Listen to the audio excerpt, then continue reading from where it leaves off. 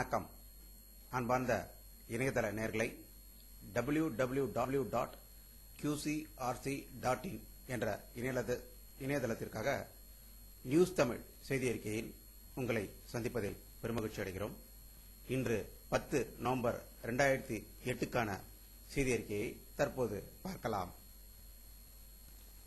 இன்று சட்டசபையில் அதிமுக பொதுச் செயலாளர் ஜெயலலிதா அவர்களுக்கு உரிய பாதுகாப்பு வழங்காததற்கு பொறுப்பேற்று முதல்வர் கருணாநிதி அவர்கள் ராஜினாமா செய்ய வேண்டும் என்ற கோரிக்கை சட்டசபையில் அதிமுக மதிமுக எம்எல்ஏக்கள் வெளிநடப்பு செய்தனர்.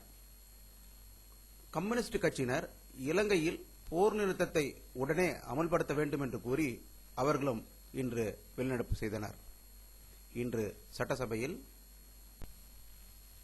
முதல்வர், அமைச்சர்கள், பேரவைத் தலைவர், துணைத் தலைவர், உறுப்பினர்களுக்கான சம்பளம், ஈட்டுப்படி, எதிர்பாரா செலவுப்படி ஆகியவை உயர்த்தப்பட்டுள்ளது.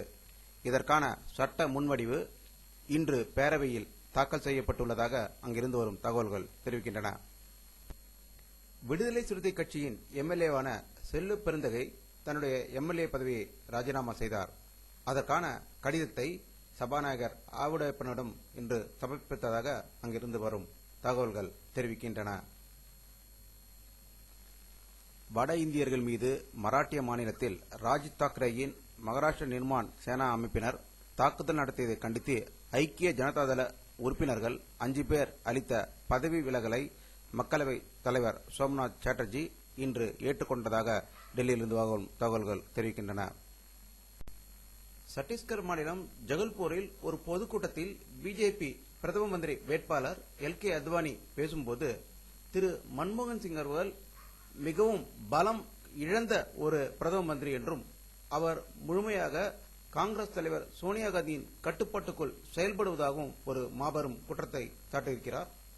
திரு எல்.கே. அத்வானி அவர்கள் புதன்கிழமையில் சென்னையில் எனது நாடு எனது வாழ்க்கை என்ற அவருடைய புத்தகத்தை வெளியிடுவதற்காக வருகிறார் என்ற செய்தி அவருடைய கட்சி வட்டாரங்கள் தெரிவிக்கின்றன.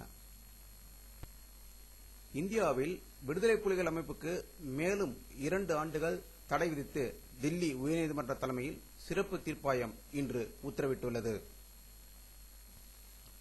நடுக்கடலில் மீன் பிடித்துக் கொண்டிருந்த ராமேஸ்வரம் மீனவர்களை நிர்வாணப்படுத்தி ஸ்ரீலங்கா கடற்படையினர் மீண்டும் தாக்குதல் நடத்தியுள்ளனர். இதில் 8 பேர் காயமடைந்ததோடு ரூபாய் 5 லட்சம் மதிப்புள்ள பொருட்கள் சேதமடைந்ததாக ராமேஸ்வரத்திலிருந்து வரும் தகவல்கள் தெரிவிக்கின்றன.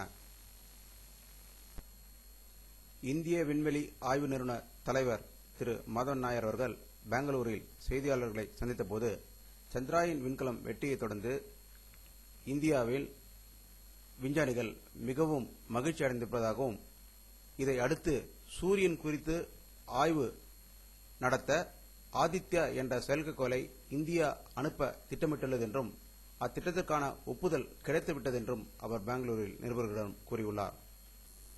வானிலை அறிக்கை. சேட்டலைட் மூலம் இன்று காலை 11 மணிக்கு எடுக்கப்பட்ட படத்தை பார்க்கும்போது ஸ்ரீலங்காவில்தான் மேகமூட்டங்கள் அதிகமாக இருப்பதை பார்க்கலாம். தமிழகத்தில் மேகங்கள் இப்பொழுது வந்து கொண்டிருப்பதையும் பார்க்கலாம். இவை நெருங்கினால் நாளை மழை பெய்வதற்கான வாய்ப்பு இருப்பதை தெரிவித்துக் கொள்கிறோம். இத்துடன் இந்த செய்தி அறிக்கை நிறைவடைந்தது. மீண்டும் நியூஸ் தமிழ் செய்தி அறிக்கையில் உங்களை சந்திக்கும் வரை உங்களிடமிருந்து விடைபெறுவது உங்கள் கே. பாலாஜி. நன்றி.